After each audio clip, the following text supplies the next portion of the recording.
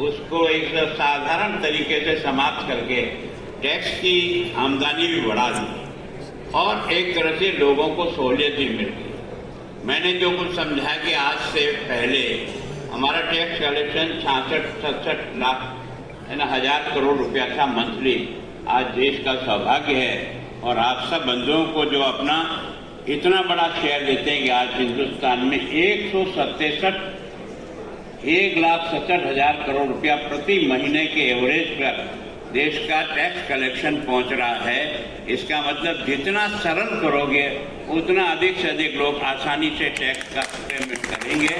ये इसमें से साबित होता है। जितनी इसमें आसानी लाएंगे उतना ही व्यक्ति अपने धंधे को भी करेगा और बीच के जो लोग हैं जिनके कारण से परेशानी होती है उनसे भी कुछ छुटकारा मिलेगा। और इसी कारण से आपने देखा होगा कि जहां कई सारे देश के 2-3 करोड़ लोग टैक्स की फाइलें भरते थे, आज 9-10 करोड़ लोग टैक्स की फाइलें भरने लगे हैं।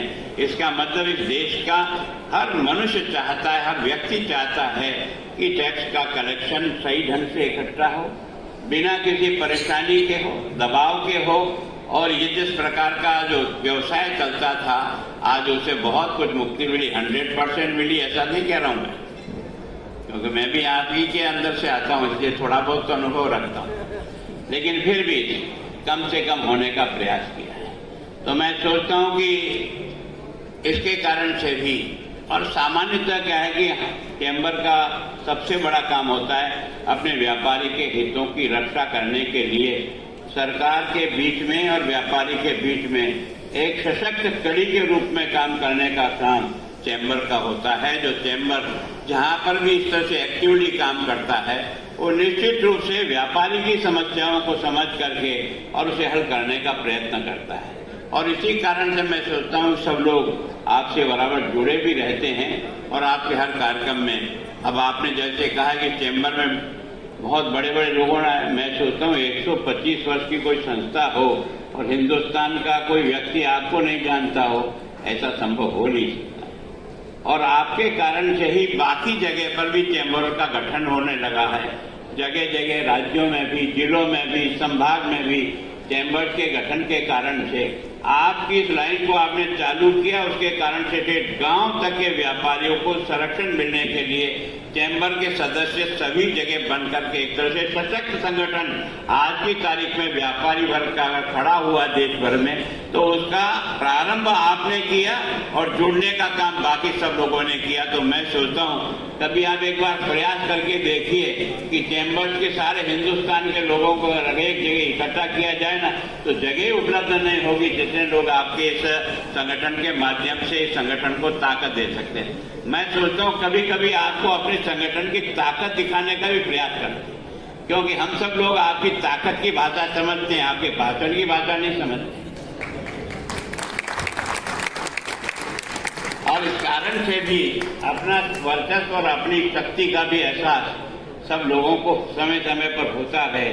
तो ये जो चैम्बर के जो कार्यक्रम होते हैं, चाहे वो राजस्थान में हो चाहे यहाँ हो, निश्चित रूप से हमें अपने सारे लोगों का संरक्षण भी करना चाहिए और उनकी ताकत क्या है इसका भी एहसास करना चाहिए। मैं सोचता हूं कि हम लोग देश को मैक्सिमम कमा करके देते हैं, लेकिन सामान्यतः भाषा में लोगों का हमारे प्रति उतना आदर और भाव नहीं। उसका कारण यह है कि हमने उस आदर भाव को प्राप्त करने के लिए कभी अपना आंख दिखाने का भी प्रयत्न नहीं किया। घबराने की कोई आवश्यकता नहीं। जब हम अपना काम करते हैं और ठीक प्रकार से करते हैं, आवश्यकता पड़ने पर सरकार किसी की आए किसी की जाए, अगर वास्तव में कोई चीज हमारे हित में नहीं है तो मजबूती के साथ खड़े होकर के उसके सामने अपनी बात को रखने का दम, मैं सोचता हूँ आपसे बड़ी सशक्त और कोई इकाई नहीं होती। और कभी कभी वर्ष में एक आध झटका दिखाना भी चाहिए ताकि एहसास भी होता है कि हम भी कमजोर लोग नहीं। मैं सोचता हूं कि यह जो लोकतंत्र है, ये लोकतंत्र में एक सबसे बड़ी ताकत आपके पास है। मैं सोचता हूं ये अच्छा बने, ये तो आपकी राज्य में है। मुझे तो बहुत प्रसन्नता है कि पहली 45 साल की राजनीति है।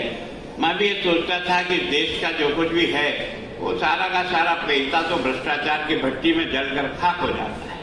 हम अपनी मेहनत का देते हैं लेकिन मेहनत का जमीन पर नहीं आता है।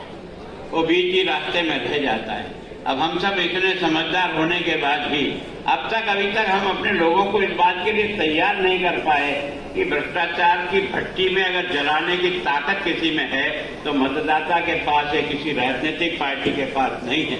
हम अपने मतदाता को उतना मजबूत नहीं कर पाए, समझा नहीं पाए, और उसके कारण से ये सारे के सारे संकट। ये तो देश के प्रधानमंत्री ने पहली बार ये जनधन के खाते खुलाकर उस गरीब की रक्षा के लिए कम से कम उसके 500,000, 2,000, 4,000 की जो सहायता जाती है वो अब कम से कम टाका मार लोग नहीं खाते हैं और सीधे खाते में जाती है।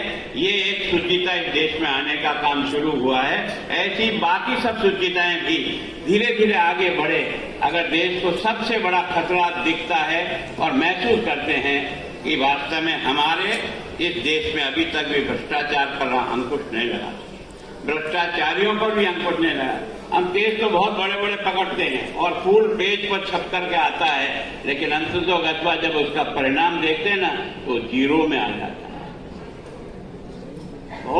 बहुत ही विचारणीय सवाल खड़ा होता है। मैं सोचता हूं इसके बारे में भी हमको संपूर्ण जनता को भी और अपने व्यापारियों को भी सजग बनाना होगा। उसके लिए अपना दिल और दिमाग बिल्कुल स्पष्ट रखना होगा। मैं सोचता हूं कि देश के लिए हमारे सामने तो केवल देश दिखना चाहिए, राजनीतिक पार्टियां नहीं दिखनी चाहिए। दुर्भाग्य है कि हमारे सबके दिमाग में राजनीतिक पार्टियां दिखती है, देश नहीं दिखता है। और जिस दिन लोगों के मन में देश दिखने लग जाएगा पार्टी से ऊपर, उस दिन देश अपने आप खड़ा हो जाएगा। आप 2047 जो कह रहे हो ना, वो 2047 लाने की ताकत अगर किसी में हिंदुस्तान के प्रति